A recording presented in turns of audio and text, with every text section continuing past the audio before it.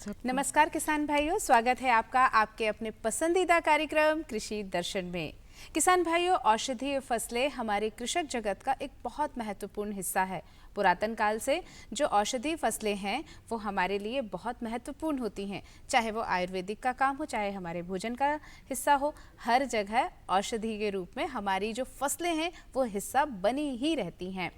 किस तरह हमारे जो जागरूक किसान हैं, प्रगतिशील कृषक हैं, वो औषधीय फसलों की खेती करके अच्छा आमदनी कमा रहे हैं, इसी विषय पर चर्चा करने के लिए आज हमने अपने स्टूडियो में आमंत्रित किया है डॉक्टर तृप्ति सिंह को, जो विशेषज्ञ हैं औषधीय फसलों की। बहुत बहुत स्वागत है मैम आपका। नमस्कार। नमस्कार रानी जी, धन्यवाद। मैम, आप औषधीय फसलों में आपने विशेषज्ञता की है, लगभग 20-22 सालों से आप लगातार काम कर रही हैं।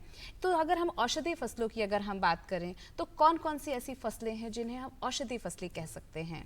देखिए, ऐसे तो अगर हम बात करें तो जितनी भी जो भी पौधे हैं हमारे नेचर में, उन सब में कोई ना कोई औषधीय गुण है। पर हम कमर्शियल वैल्यू के हिसाब से अगर देखें तो कुछ 750 पौधे ऐसे हैं जिनको कि हम लोग औषधीय पौधों के रूप में जानते हैं और जो आयुर्वेद में किसी न किसी रूप में इस्तेमाल किए जाते हैं। बहुत से पौधे जो हैं ये या तो हम इनको वीड्स के रूप में जानते हैं या तो हम इनको किसी और रूप में देखा है हमने। जंगल में जो लोग जाते हैं वो लोग जानते हैं, कंदमूल के हिसाब से जानते हैं। जैसे तुलसी भी एक हो गया, तो ये एक औषधीय पौधा है। तो कुछ चीजें हमारी कल्चर के साथ जुड़ी हुई हैं जिनको हम, जिनके औषधीय गुणों के कारण हम अपने कल्चर में उनको जानते हैं। जैसे तुलसी हो गया है, शमी हो गया है, बेल हो गया है, तो इन सब में औषधीय गुण हैं। इसके अलावा अगर हम देखें तो नेचर में कुछ चीजों को हम उगाते भी हैं। तो जो उगाई जाती हैं उनमें फसलें जो बेसिक हैं उनमें हम अश्वगंधा जान रहे हैं आज की डेट में, शतावर जान रहे हैं, स्टीविया जान रहे हैं, कालमेघ है और सफ़ेद मूसली है। ये बेसिक हैं जिसके बारे में कि सबने सुना हुआ है। इसके अलावा कलिहारी है जो एक हाई वैल्यू, हाई एंड हमारी फसल है। बच है, ब्राह्मी है, शंखपुष्पी है। ये बहुत सारी ऐसी फसलें हैं जिनको कि हम मतलब हमने सुना है, शायद देखा ना हो।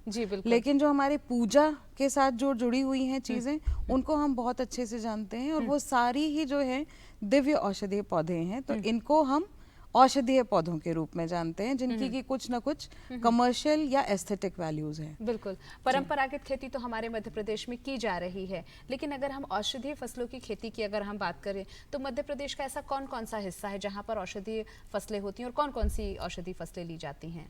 ऐसे तो अगर हम देखें जितना भी हमारा जंगल वाला एरिया है जो 35% है जनरली, अगर हम मध्य प्रदेश में देखते हैं तो हमारा 15% से ज़्यादा जो है वो सघन वन में आता है और उसके बाद हमारे पास में और जो बचा हुआ एरिया है वो हमारा आता है कि मतलब जो विरले वन होते हैं जिनको हम स्क्रब फॉरेस्ट कहते हैं। तो स्क्रब फॉरेस्ट एरियाज में बेसिकली ये जो औषधीय पौधे हैं इनका कलेक्शन अलाउड होता था।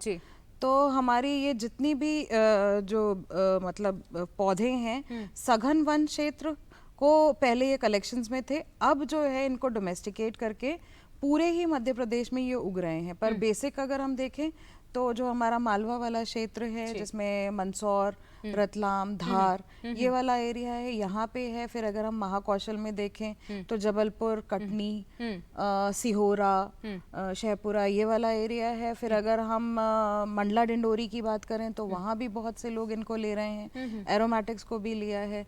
फिर अगर हम बैतूल वाला एरिया देखें, बैतूल, छिंदवाड़ा, तो यहाँ पे भी बहुत से लोग औषधीय पौधों की खेती कर रहे हैं। तो अगर हम देखें मध्य प्रदेश में कुछ 11 एग्रोक्लाइमेटिक जोन्स हैं, तो उन पूरे एग्रोक्लाइमेटिक जोन्स में हम औषधीय पौधों की खेती कर सकते हैं। और सारे ही एग्रोक्लाइमेटिक जोन्स में कुछ पौधे ऐसे हैं जो इंडिजिनस वैरायटी के कहलाते हैं, मतलब मध्य प्रदेश के हैं जो मध्य प्रदेश में किसी भी जगह उगते हैं। तो ऐसे कुछ औषधीय पौधे भी हैं जो हम लगा सकते हैं। जैसे उनमें से एक एग्जाम्पल हो गया सतावर का।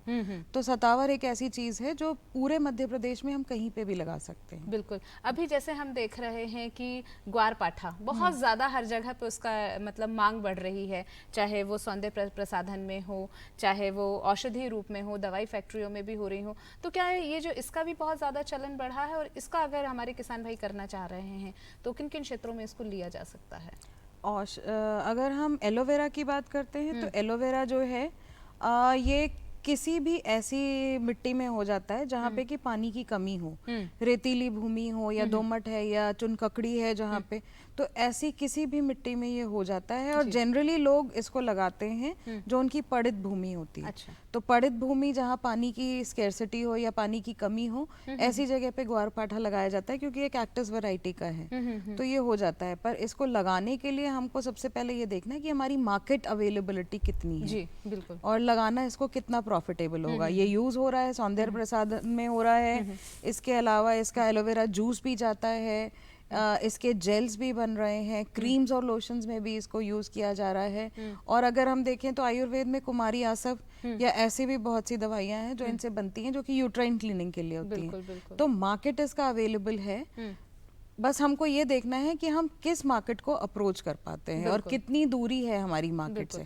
अगर हम मार्केट का सही तरीके से निरीक्षण करें और फिर उसके बाद अगर औषधि फसलों को लें तो बाकायदा उसमें लाभ मिल सकता है। बिल्कुल बिल्कुल। अगर हम हमारे जो किसान भाई हैं परंपरागत खेती कर रहे हैं और अगर वो चाहते हैं कि उसके साथ औषधि फसलों को करें तो वो किस तरह कर सकते हैं?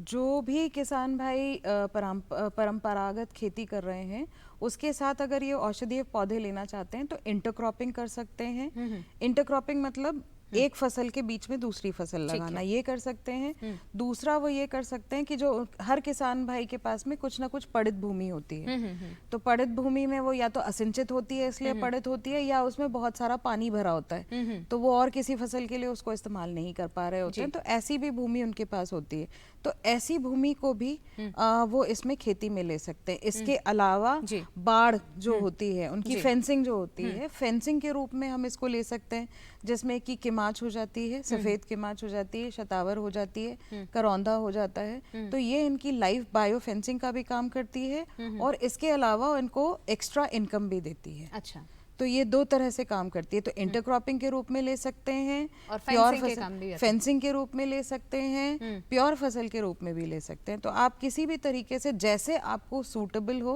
आप उस तरीके से इनको मोल्ड कर सकते हैं। बिल्कुल, बहुत ही अच्छी जानकारी डॉक्टर तृप्ति सिंह जी ने दी है कि अगर आप चाहते हैं तो अपनी परंपरागत खेती के साथ में भी आप अपनी औषधि फसलों को ले सकते हैं। बात औषधि फसलों की कर रहे हैं, परंपरागत खेती की भी आपने इसमें बात करी है। अगर कई किसान हैं, अब होता है कि कई लोग प्रयोगात्मक होते हैं, उन्हें लगता है कि कुछ नया प्रयोग किया जाए और जो औषधि फसल है वो नगदी फसल है, तो अगर कोई चाहता है कि अब हम परंपरागत के ना करके हम केवल और केवल औषधि फसलों को करना चाहते हैं, तो किस तरह के खेत होने चाहिए, किस तरह की तैयारी हमारे किसान भाई करें और इस मतलब प्रयोगात्मक खेती में आए वो? ये जो खेती की बात हो रही है, जब आप प्योर खेती लेना चाहते हैं तो इसके लिए कुछ स्पेशल ऐसे तैयारी नहीं करनी होती है। जैसे हम अपना खेत तैयार करते हैं अन्य फसलों के लिए, वैसे ही हमको इसके लिए खेत तैयार करना होता है। 2 बार प्लोइंग, क्रॉस प्लोइंग करके, ताकि उसमें से बड़े बड़े मिट्टी के जो ये हैं पत्थर हैं या बड़े मिट्टी के डेले हैं, ये सारी चीज़ें हटा करके और इनको अच्छे से सॉइल वर्किंग करके हम उसकी तैयारी कर सकते हैं। तो जो नॉर्मल हम खेती करते हैं उसके लिए फिर कुछ थंब रूल्स हैं कि कुछ हम जो पौधे लगा रहे हैं किस तरह की मिट्टी में किस तरह का पौधा लगना है, तो वो कुछ थंब रूल्स हैं। तो हम जब औषधीय पौधों की बात करते हैं तो ये थंब रूल्स के लिए हम बात करते हैं कि जो कंद वाली फसलें हैं, कंद वाली फसलें हो गई, जैसे शतावर हो गया, सफ़ेद मूसली हो गया, कलिहारी हो गया है, तो ये सब कंद वाली फसलें हैं। तो ये कंद वाली फसलों के लिए आपको लेना होता है बालुई दोमट टाइप की मिट्टी, जिसमें कि वाटर पानी की निकासी की व्यवस्था अच्छी हो, वाटर ड्रेनेज अच्छा हो जिसमें, तो ऐसी हम लोग ले सकते हैं ऐसी मिट्टी। इसके अलावा जब हम फोलिएज की बात करते हैं या हम ऊपरी फसल या हम पत्तियों की जब हम ले रहे हैं, तो जिसमें गुड़मार आ गया है, कालमेघ आ गया है, फिर स्टीविया आ गया है या सेना पत्ती अगर हम ले रहे हैं, तो ऐसी ज़मीन में हम चिकनी मिट्टी, काली मिट्टी भी ले सकते हैं या थोड़ी हैवी सॉइल जिसमें ह्यूमस कंटेंट अच्छा हो और रूट ग्रोथ भी अच्छी हो, मतलब जड़ों का भी ग्रोथ अच्छी हो जाए, ऐसी मिट्टी हमको लेनी है। और प्रॉपर सॉइल वर्किंग के साथ लेते हैं, प्रॉपर पानी की अगर व्यवस्था होती है तो हम इसमें इनको ले सकते हैं। बिल्कुल। फिर हो गया हमारे पास में, जैसे ये हो गई 2 चीज़ें, फिर एक आती है हमको जो पानी भरी हुई जगह जिसमें वाटर पानी की बहुत ज़्यादा ज़रूरत होती है, तो जो पानी की जिसमें बहुत ज़्यादा ज़रूरत होती है वो आप ऐसी जगह ले सकते हैं जहाँ पे कि आपका हमेशा जल भराव का क्षेत्र है।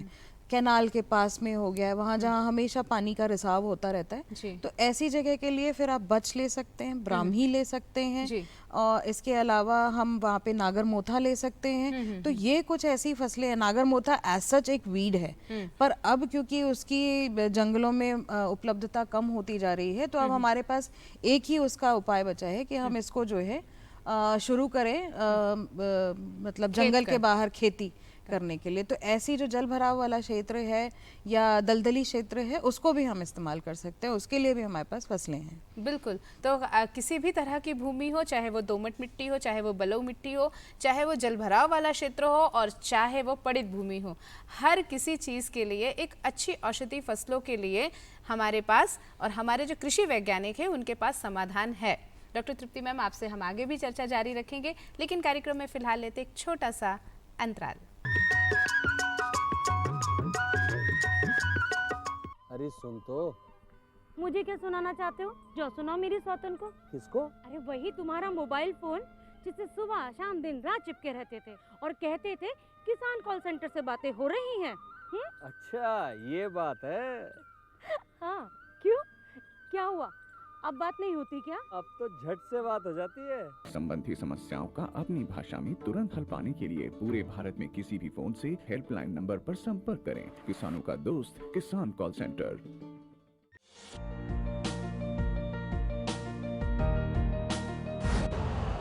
यूरिया का स्वदेशी उत्पादन 70 लाख टन बढ़ाने के लिए 6 उर्वरक संयंत्रों का उद्धार किया जा रहा है।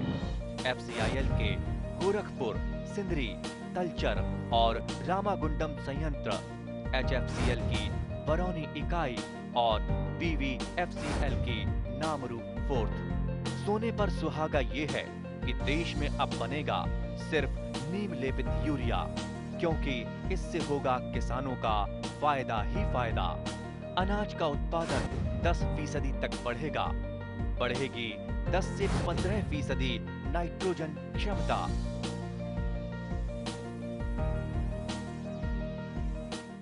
अंतराल के बाद आपका फिर से स्वागत है कृषि दर्शन के कार्यक्रम में, और आज हम बात कर रहे हैं औषधि फसलों की खेती के बारे में, और जानकारी दे रही हैं औषधि फसलों की विशेषज्ञ डॉक्टर तृप्ति सिंह। मैम, आप लगातार काम कर रहे हैं, आप देख रहे हैं कि औषधि फसलों का अपना एक बहुत महत्वपूर्ण स्थान हो चुका है। अगर हम बात करें कि उर्वरक किस तरह से लगेंगे, क्या जिस तरह हमारे परंपरागत खेतियों में लगते हैं, क्या इसमें भी उर्वरकों की ज़रूरत पड़ती है, खाद वगैरह की? वैसे तो इसमें किसी बाहरी उर्वरक की ज़रूरत नहीं पड़ती है, और इन सारी ही फसलों को जो है जैविक पद्धति से किया जाता है।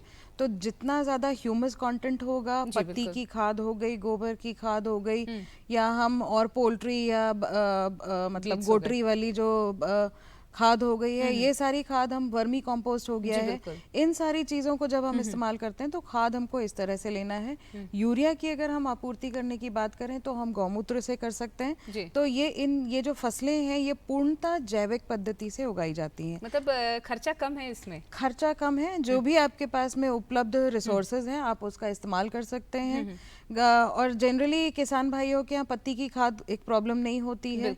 गाय भैंस का जो निकाला हुआ जो मतलब एक्सक्रीटा है वो भी इनके लिए प्रॉब्लम नहीं होता है।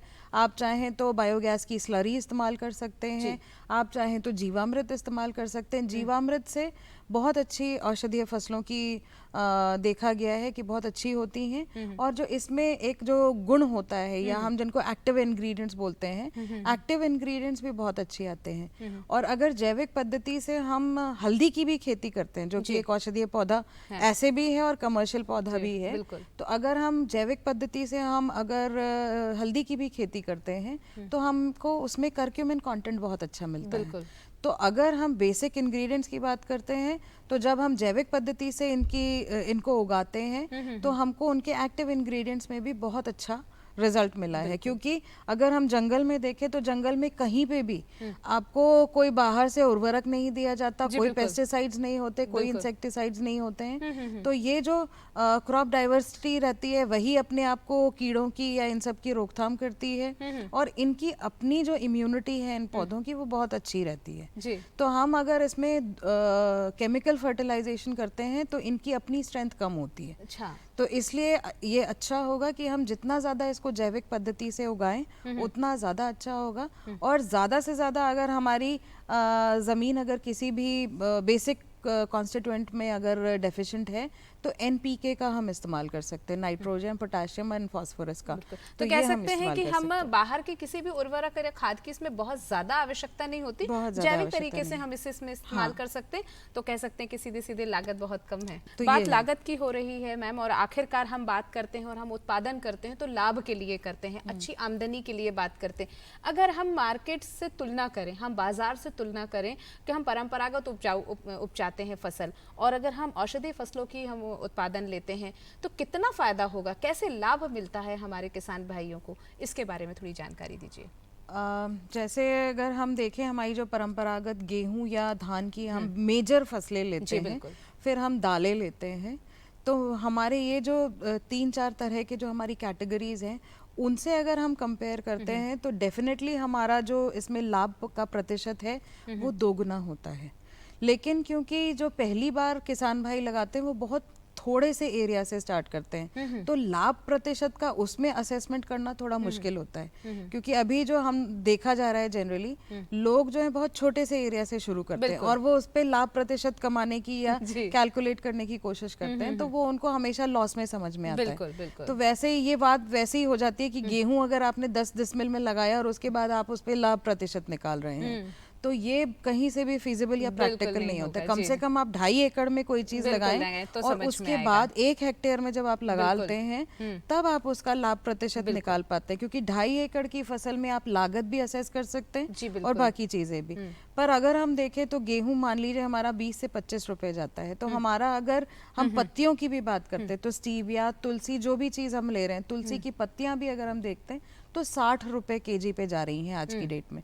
तो 60 रुपए और 25 रुपए डेफिनेटली एक अंतर क्रिएट करता है। लेकिन बात यहाँ पे भी आती है कि हम जब औषधीय फसलों की बात करते हैं तो औषधीय फसलों का मार्केट जो है वो खाद्यान्न मार्केट से बिल्कुल डिफरेंट है, बिल्कुल उसकी मांग बिल्कुल अलग है। तो लोगों को अपनी मार्केटिंग करने में बड़ी परेशानी आती है, इसलिए इसको लेने में लोग थोड़ा रिलक्टेंट होते हैं। वगैरह भी है क्या इसके इनकी? हाँ, अभी तक तो एज सच कोई मंडी नहीं है, इनके होलसेलर्स हैं। अच्छा, होलसेलर्स और इनके ट्रेडिशनल मार्केट्स हैं। तो जैसे अगर हम पहले की बात करें अनडिवाइडेड मध्य प्रदेश में, मध्य प्रदेश में कटनी सबसे बड़ा मार्केट हुआ करता था, लेकिन आज अगर हम देखते हैं तो नीमच हमारे यहाँ सबसे बड़ा मार्केट है। अच्छा। नीमच के अलावा फिर हमारे पास में लोकल मार्केट्स हैं, जैसे अगर हम भोपाल में भी चाहें तो हम चीजें बेच सकते हैं। बस यही है कि आपको आइडेंटिफाई करना आना चाहिए कि किसके पास में, किसके पास जाकर के हम बात करें तो हमारी फसल बिकेगी। तो आपने अभी एक समस्या भी बता दी कि आइडेंटिफाई करना आना चाहिए। हाँ। तो कैसे हमारे किसान भाई इस बात को आइडेंटिफाई करें ताकि उन्हें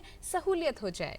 अगर देखें तो बहुत सारे औषधीय पौधों के ऊपर में प्रोग्राम्स होते हैं, training programs, ICAR, ICMR, CMAP Lucknow, या फिर अगर हम देखें CET, KVKs, ये सारे ही जो गवर्नमेंट ऑर्गेनाइजेशंस हैं ये बहुत सारे ट्रेनिंग प्रोग्राम्स करते हैं। सेडमैप हो गया, ये सर्टिफिकेट कोर्सेज भी करते हैं। तो ये औषधीय पौधों के कल्टीवेशन पे, मार्केटिंग पे बहुत सारे ट्रेनिंग प्रोग्राम्स हमारे होते रहते हैं रेगुलर टर्म्स में। और मैं अनुरोध करूंगी कि सारे ही किसान भाइयों को कि कोई ना कोई एक ट्रेनिंग प्रोग्राम किसी भी इंस्टीट्यूट का आप एक जरूर अटेंड करें। बिल्कुल, हमारे किसान भाई इस बात का ध्यान रखें कि हमारे जो विशेषज्ञ हैं, विषय विशेषज्ञ हैं, वो आपसे ये अनुरोध करते हैं कि कोई भी काम को शुरू करने से पहले आप ट्रेनिंग प्रोग्राम्स करिए। केवीके आपके साथ है, कृषि वैज्ञानिक आप लोगों के साथ में हैं, वो आपके साथ लगातार कार्य कर रहे हैं, आपको सिखाते हैं, आपकी परेशानियों को दूर करते हैं।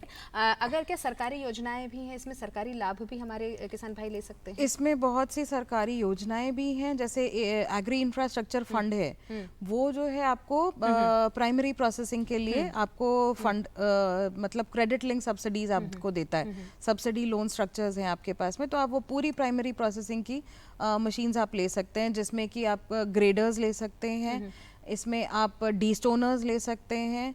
तो ये चीज़ें आप कर सकते, पैकर्स ले सकते हैं, कन्वेयर बेल्ट से वॉशिंग यूनिट्स और ये सारी चीज़ें आप ले सकते। ये प्रसंस्करण के लिए, मशीनरी के लिए आपको सपोर्ट करते हैं। बहुत ही अच्छी जानकारी आपने हमारे किसान भाइयों को दी कि किस तरह हमारे किसान भाई औषधि फसलें ले सकते हैं। और किसान भाइयों, सरकार भी आपके साथ में है, आपको उत्पादन के साथ साथ प्रसंस्करण के लिए भी आपको अनुदान देने के लिए तैयार है। आपने इतनी अच्छी महत्वपूर्ण जानकारी दी, इसके लिए आपका बहुत बहुत धन्यवाद मैम। और किसान भाइयों, अब कार्यक्रम में वक्त है खबरें खेती देखने का, तो आइए देखते हैं खबरें खेती की। नमस्कार किसान भाइयों, खबरें खेती की में आपका स्वागत है। चलिए सबसे पहले एक नज़र कृषि से जुड़ी आज की प्रमुख खबरों पर। सैन्य बलों के भोजन में श्री अन्न शामिल होगा। किसानों का 2123 करोड़ रुपए का ब्याज माफ। खरीफ में फसल विविधीकरण पर होगा जोर। सोयाबीन बीज को रोग मुक्त करें और लाभकारी फसल सूरजमुखी। और चलिए अब देखते हैं समाचारों को विस्तार से। सैन्य बलों के भोजन में श्री अन्न शामिल होगा। अंतर्राष्ट्रीय मिलेट वर्ष 2023 को ध्यान में रखते हुए गृह मंत्रालय ने केंद्रीय सशस्त्र पुलिस बलों और राष्ट्रीय आपदा मोचन बल कर्मियों के भोजन में मिलेट यानी श्री अन्न को शामिल करने का फैसला लिया है। यह निर्णय सभी बलों के साथ गहन चर्चा के बाद केंद्रीय सशस्त्र पुलिस बलों के भोजन में 30% मिलेट शामिल किया गया है। श्री अन्न स्वास्थ्य के लिए अच्छा, किसानों के लिए फायदेमंद और पर्यावरण के लिए अनुकूल माना जाता है। श्री अन्न ऊर्जा से भरपूर, सूखा प्रतिरोधी, कम पानी की आवश्यकता वाली शुष्क मिट्टी एवं पहाड़ी इलाकों में भी आसानी से उपजाया जा सकता है और यह कीट आदि के प्रकोप से भी तुलनात्मक रूप से सुरक्षित है। श्री अन्न प्रोटीन का एक अच्छा स्रोत, ग्लूटेन मुक्त, कम ग्लाइसेमिक इंडेक्स और dietary fibre, calcium, iron, phosphorus आदि समेत सूक्ष्म पोषक तत्वों और फाइटोकेमिकल्स से भरपूर होता है, जिससे यह सैनिकों और सुरक्षा बल कर्मियों के लिए समग्र पौष्टिक आहार का काम करता है। गृह मंत्रालय ने सभी बलों को श्री अन्न पर आधारित मेन्यू की शुरुआत करने की प्रक्रिया शुरू करने का निर्देश दिया है। श्री अन्न के उपयोग को बढ़ाने के लिए इसकी उपलब्धता केंद्रीय पुलिस कल्याण भंडार, बलों के परिसर की किराना दुकानों और राशन स्टोर में अलग काउंटर के माध्यम से सुनिश्चित की जाएगी। किसानों का 2123 करोड़ रुपए का ब्याज माफ। मध्य प्रदेश के मुख्यमंत्री श्री शिवराज सिंह चौहान की अध्यक्षता में मंत्रालय में मंत्रिपरिषद की बैठक हुई। इसमें प्रदेश के जिला सहकारी केंद्रीय बैंकों से संबद्ध प्राथमिक कृषि साख सहकारी समितियों यानी पैक्स के 2 लाख रुपए तक के 11,19,000 डिफॉल्टर किसानों पर बकाया ब्याज की राशि 2123 करोड़ रुपए माफ करने के लिए ब्याज माफी योजना को मंजूरी दी गई। मुख्यमंत्री की घोषणा, जो किसान ऋण माफी के चक्कर में डिफॉल्टर हो गए थे, उनके ब्याज की राशि सरकार द्वारा भरी जाएगी। इसके अनुरूप मंत्रिपरिषद द्वारा यह योजना मंजूर की गई। ऐसे में डिफॉल्टर किसान जिन पर प्राथमिक कृषि साख सहकारी समितियों पैक्स के 31 मार्च 2023 की स्थिति में मूल एवं ब्याज को मिलाकर 2 लाख रुपए तक का ऋण बकाया था, उनके ब्याज की भरपाई राज्य शासन द्वारा की जाएगी। खरीफ में फसल विविधीकरण पर होगा जोर। इस वर्ष मध्य प्रदेश में मानसून की अलबेली चाल को देखते हुए आगामी खरीफ मौसम के लिए कृषि विभाग सतर्क हो गया है। फसल विविधीकरण योजना को प्रोत्साहन देने के साथ साथ आकस्मिक कार्य योजना भी तैयार कर ली गई है। हालांकि अभी भारतीय मौसम विभाग ने अपना दूसरा पूर्वानुमान जारी नहीं किया है। कृषि विभाग के मुताबिक फसल विविधीकरण के तहत प्रदेश में धान, गेहूं के स्थान पर लाभकारी फसलों को प्रोत्साहित करने की योजना बनाई गई है। इसका प्रस्तुतिकरण खरीफ सम्मेलन 2023 में भी किया गया। विगत 5 वर्षों में प्रदेश में धान के रकबे में लगभग 90% की वृद्धि हुई है। वहीं गेहूं का रकबा लगभग 64% बढ़ा है, अर्थात राज्य के 52 जिलों में से लगभग 28 जिलों में धान या गेहूं में से कोई एक फसल 80% से अधिक क्षेत्र में ली जाती है। इन फसलों में उपयोग होने वाले संसाधनों एवं आदानों के कारण प्रदेश में पर्यावरण असंतुलन की स्थिति निर्मित हो रही है। इस कारण फसल विविधीकरण के तहत रागी, कोदो, कुटकी, मक्का, औषधि फसलें, फल एवं सब्जियों को बढ़ावा देने की कवायद की जा रही है। सोयाबीन बीज को रोग मुक्त करें। सोयाबीन के बीजों पर कम से कम 10 से 15 प्रकार की फफूंदी रहती है, जिनको समाप्त करना जरूरी होता है ताकि अच्छा अंकुरण मिल सके। सबसे पहले बीज की छंटाई करके अच्छा बीज निकालें। इसके बाद इस बीज का अंकुरण परीक्षण करके बीज दर का निर्धारण स्वयं करें। बीज की बाहरी सतह की फफूंदी को नष्ट करने के लिए 3 ग्राम थायरम प्रति किलो बीज का उपचार करें। इसके बाद इस बीज को 5 ग्राम राइजोबियम कल्चर प्रति किलो बीज के हिसाब से उपचारित करें। फिर 5 ग्राम PSB प्रति किलो के हिसाब से उपचारित करना चाहिए। अब आपका बीज बुआई के लिए तैयार हो गया है। सोयाबीन में तीनों बीजोपचार का अलग अलग मतलब है। पहले से फफूंदों का सफाया, दूसरे से कल्चर द्वारा बीज के अंकुरण तथा नत्रजन की गांठों का विकास और तीसरे से भूमि के स्फुर यानी फास्फेट की उपलब्धता पौधों के लिए बढ़ाई जाती है। सोयाबीन, तिलहन या दलहन फसलों को अधिक उत्पादन के लिए स्फुर की अधिक से अधिक उपलब्धता जरूरी होती है।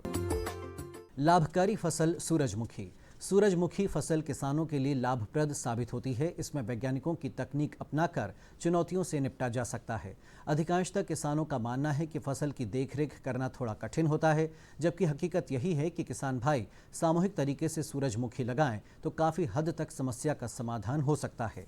एक गांव या क्षेत्र में सामूहिक रूप से इसकी बुआई कर आवाज़ करके पक्षियों से फसल के नुकसान को बचाया जा सकता है।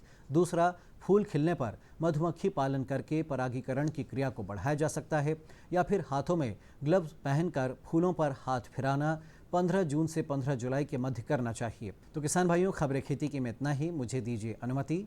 नमस्कार। किसान भाइयों, आज के कृषि दर्शन कार्यक्रम में हमने बात की औषधीय फसलों की खेती के बारे में। ये औषधीय फसलें जो हैं बहुत अच्छी नकदी फसलें होती हैं। आप इनमें थोड़ा सा अपना प्रयोग करके, हिम्मत करके, जागरूकता के साथ अगर आप काम करेंगे, फसल उत्पादन करेंगे तो संभवतः आपको लाभ मिलेगा। सरकार आपके साथ में है और कृषि वैज्ञानिक तो आपके साथ है ही। ऐसी अन्य और जानकारियों के लिए कृषि दर्शन के हर अंक में रहिएगा हमारे साथ। आज के कार्यक्रम में फिलहाल इतना ही। दीजिए हमें इजाज़त। नमस्कार।